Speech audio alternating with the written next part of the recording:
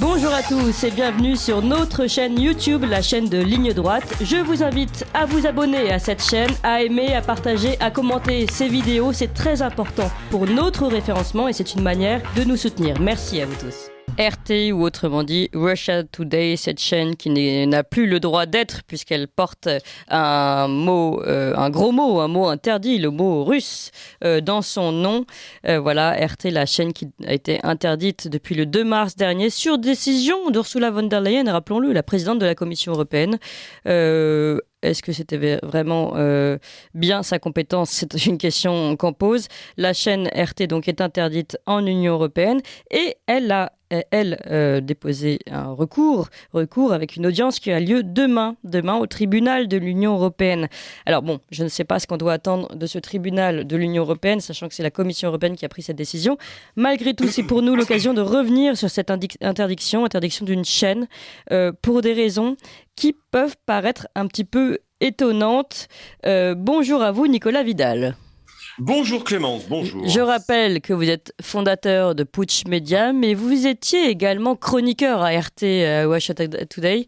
Vous avez donc suivi toute cette affaire de près, cette interdiction d'une chaîne dans laquelle vous travaillez, dans laquelle vous avez toujours eu, rappelez-le peut-être, une véritable liberté d'expression. Clairement, moi, RT m'a invité effectivement dès le début du mouvement des Gilets jaunes. J'y suis allé 2 ans en tant qu'invité, bien entendu. Et ensuite, la chaîne m'a fait confiance et m'a proposé un poste d'éditorialiste politique sur laquelle j'ai officié pendant 1 an, voire un peu plus, jusqu'au moment où, vous l'avez dit très justement, chère Clémence, Ursula von der Leyen, la présidente de la Commission, qui n'est élue par personne, a décidé de supprimer la chaîne. Et je rappellerai que dans les modalités pratiques, la chaîne a été supprimée en 48 heures. Ne l'oublions pas, en 48 heures. En dépit, vous savez, il y avait le CSA, maintenant c'est l'Arcom. Oui. Il n'y a eu aucune procédure d'absolument rien. Tout a été supprimé, les réseaux sociaux, puis la chaîne. Je vous invite à aller voir le dernier JT de mes copains RT. Tout a été supprimé et nous-mêmes, éditorialistes, et pas que nous, parce que nous étions éditorialistes avec quelques-uns. On a Alexis Poulain qui passe souvent à l'antenne. Moi, je pense toujours aux 176 salariés de la chaîne, ou intérimaires, ou prestataires qui bossait sur la chaîne. Donc apparemment, ça n'a pas fait frémir Elisabeth Borne, qui à l'époque était, je vous le rappelle, la ministre du travail, du non-travail, du travail supprimé. Voilà, donc on se retrouve là-dessus. Et effectivement, pour parler de ce recours, ça sera le 10 juin. Ça sera devant le tribunal de l'Union européenne. On verra bien. On va se parler entre nous, chère Clémence. La justice fera son travail. Vous savez, cette phrase un peu bateau. Mais moi, très sincèrement, j'espère que la chaîne va être réhabilitée et on va lui permettre de réémettre à nouveau. Ça pose quand même de nombreuses questions. Vous avez touché du doigt un point important de cette affaire, c'est le fait que, normalement, les chaînes françaises sont régulées exclusivement et réglées par l'Arcom, donc l'ex-CSA pour ceux qui n'ont pas suivi. La Commission européenne n'a pas cette compétence. Voilà, donc on voit petit à petit la Commission européenne et le Conseil européen prendre des mesures qui n'entrent absolument pas dans leur domaine de compétences. On l'a vu pour la distribution des armes, on l'a vu pour la commande des vaccins. Là, je sais que vous allez encore demander le SMS, n'est-ce pas? Le SMS de Ursula, Albert Bourla de Pfizer. Oui, tout à fait. Et c'est vrai que là, encore une fois, une décision qui est complètement hors du droit, hors du champ de compétences, hors du droit, et qui est appliquée sans que cela n'émeuve personne. Moi, je trouve que c'est quand même très, très inquiétant. Ça, c'est la première chose, donc, du côté formel. Et dans le fond de l'affaire, évidemment, quel était le problème? Le problème, c'était que c'était une chaîne qui relayait des informations orientées pro-russes, certes. On le sait, il y a d'autres chaînes qui sont orientées d'une façon ou d'une autre, qui sont elles-mêmes financées par des pays étrangers. Et cela pose moins de problèmes. Et là encore, on voit clairement qu'il y a un poids, deux mesures. Oui, parce que l'Union européenne, vous l'avez dit, Clémence, je le dis souvent et je ne suis pas le seul, on est quelques-uns à le dire, l'Union européenne finalement est le cheval de Troie de la mondialisation, avec toute une bien-pensance qui a dérivé petit à petit vers une police de la pensée. Donc, bien entendu, vous avez ce côté extrêmement autoritaire de l'Union européenne qui, vous l'avez rappelé, a pris des prérogatives qui ne sont pas les siennes dans bien des domaines. Et là, aujourd'hui, c'est très grave parce qu'on est sur la liberté d'expression. Je vous rappelle, d'ailleurs, à toute fin très utile qu'Emmanuel Macron n'a jamais pu encadrer, pardonnez-moi de la trivialité de l'expression, RT France. RT France, la chaîne était interdite à l'Élysée pour les conférences de presse. Donc déjà, il y avait déjà un problème avec la chaîne. Et effectivement, on a bien vu que c'est tombé droit de l'Union européenne de Bruxelles, de la Commission, et ça a été supprimé. Et on parle aujourd'hui de la liberté d'expression. Parce que vous l'avez dit, Clémence, il y a des chaînes aujourd'hui étrangères payées par des gouvernements étrangers qui continuent d'émettre en France, ou des chaînes étrangères, on peut citer Al Jazeera, I24, ou voilà. Oui, I24, on peut citer CNN, enfin aujourd'hui il y a toute une série de choses. Si on commence à partir là-dessus, ça va être compliqué, mais la réalité, le fond de l'affaire, qu'est-ce que c'est le fond de l'affaire? Le fond de l'affaire, c'est étouffer un maximum les voix discordantes, étouffer un maximum la bouffée d'air frais, étouffer un maximum les canaux de réinformation. Regardez ce qui a été fait dès le début des Gilets jaunes avec les réseaux sociaux. Tout a été verrouillé, les suspensions sur Facebook, les suppressions sur Twitter, les suspensions sur YouTube, dont nous avons été victimes chez Putsch Media, je le rappelle encore. Vous-même, oui, vous avez été victime. Voilà. Et est-ce que vous avez récupéré d'ailleurs votre compte Twitter officiel ? Non, moi j'ai récupéré le mien, Nicolas Putsch, mais je n'ai pas récupéré les 2 comptes Twitter de Putsch Media et Putsch Mag. Donc vous voyez bien que moi, mon petit niveau, ça pose un véritable problème.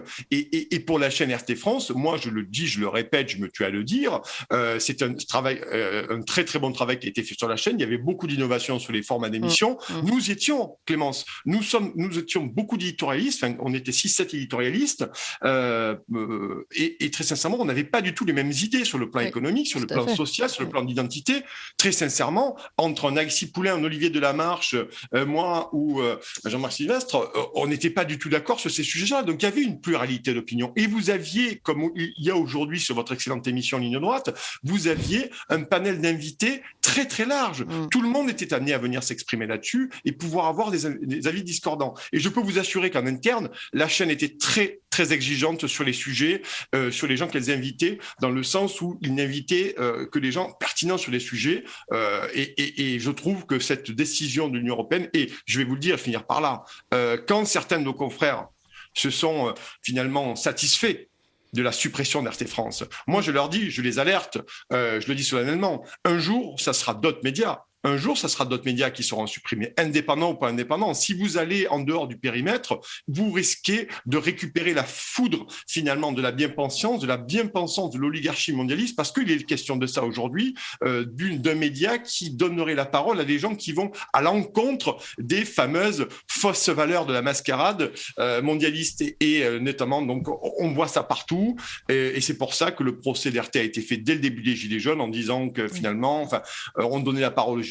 Je me rappelle des articles de certains grands médias mainstream ou de grands chemins, pour reprendre l'expression de Le Gallou, finalement, où je me souviens très bien que pour discréditer la parole d'RT France et des intervenants dont je faisais partie, donc j'en ai aussi bénéficié finalement de cette histoire, on essayait de déstabiliser la nation française de l'intérieur. Mais qui aujourd'hui déstabilise la nation française de l'intérieur? Qui? Je vous pose la question. Donc, et à mon avis, c'était pas forcément RT France, et ça permettait aussi, je finis par là, c'est que des chaînes comme ça, comme la vôtre ou RT France ou d'autres, nous permettant aussi d'être une soupape de sécurité, de laisser s'exprimer les gens, voyez-vous. Et je pense que dans une démocratie saine, c'est un devoir pour nous, médias indépendants, de faire vivre la démocratie, parce que c'est vrai que quand on regarde certains JT, certains grands médias mainstream, vous en avez parlé d'ailleurs à l'affaire Blanquer, il y a votre très bon édito, et bien très sincèrement, ils font pas vivre la démocratie, ces gens-là, même ils déshonorent souvent le métier de journaliste. De toute façon, quand on est en démocratie, on ne casse pas le thermomètre qui montre que le climat est glacial ou bouillant, tout simplement. Et RT France faisait partie de ce thermomètre. On sentait en effet une colère du peuple depuis les Gilets jaunes, vous l'avez dit. C'est intéressant de savoir et de rappeler, comme vous l'avez fait, que depuis les Gilets jaunes, en fait, RT est dans le viseur de l'Élysée. Ça montre aussi que depuis bien longtemps, en fait, on avait cette problématique avec des chaînes qui, comme vous l'avez dit, sortent des sentiers battus. Ce qui est triste aussi, vous l'avez évoqué, Nicolas Vidal, c'est de voir vraiment, à part quelques médias comme le nôtre, en effet, très peu d'émotion de la part des journalistes aujourd'hui concernant la fermeture de chaînes. Mais vous avez même, je suis désolé, mais vous avez même une satisfaction de la part de certains. Vous avez une satisfaction. Des gens ont dit, finalement, c'est bien fait pour eux. RT France, c'est la voix du Kremlin, c'est la voix de 6, c'est la voix de Mi. Très bien. Mais je vais vous le dire, moi, je vais vous faire une nouvelle confidence. Moi, quand j'ai commencé à aller sur RT en tant qu'invité, Je ne vous parle pas quand j'étais éditorialiste. Il y a des gens à Paris, certains journalistes qui m'ont mis en garde, qui m'ont dit, si tu continues à aller sur RT France comme tu le fais très régulièrement pour t'exprimer sur la politique française, on va te fermer les portes. Donc heureusement, je vous l'avais déjà dit, mais il y a des portes que j'ai pas envie d'ouvrir, donc ça tombait forcément bien. Mais voyez-vous, on m'avait déjà mis en garde de la part de certains confrères bien placés. On m'avait dit, allez sur RT France aujourd'hui, c'est très mal vu. Et peu importe, parce que j'ai estimé sur RT France, comme j'estime ici, et émission à laquelle je participe toujours avec beaucoup de plaisir, parce qu'on peut encore dire des choses. On peut encore avoir une pensée, je l'espère, un peu profonde ou un peu poussée, parce que c'est ça la réalité, tout en sortant du périmètre. D'ailleurs, j'ai une dernière info pour vous, si vous le voulez.